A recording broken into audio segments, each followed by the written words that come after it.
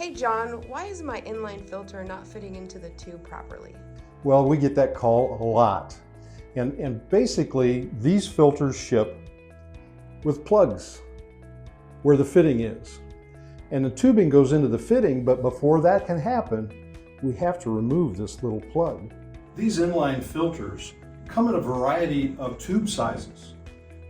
And it also has the plug, 1/4 inch or 3/8.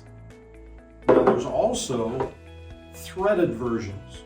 And these are used very commonly also. And the threaded versions also have a plug that has to be removed so that you can plug or put your adapter fitting into, and then your tube fits into the adapter. Now these inline filters are used in a variety of places.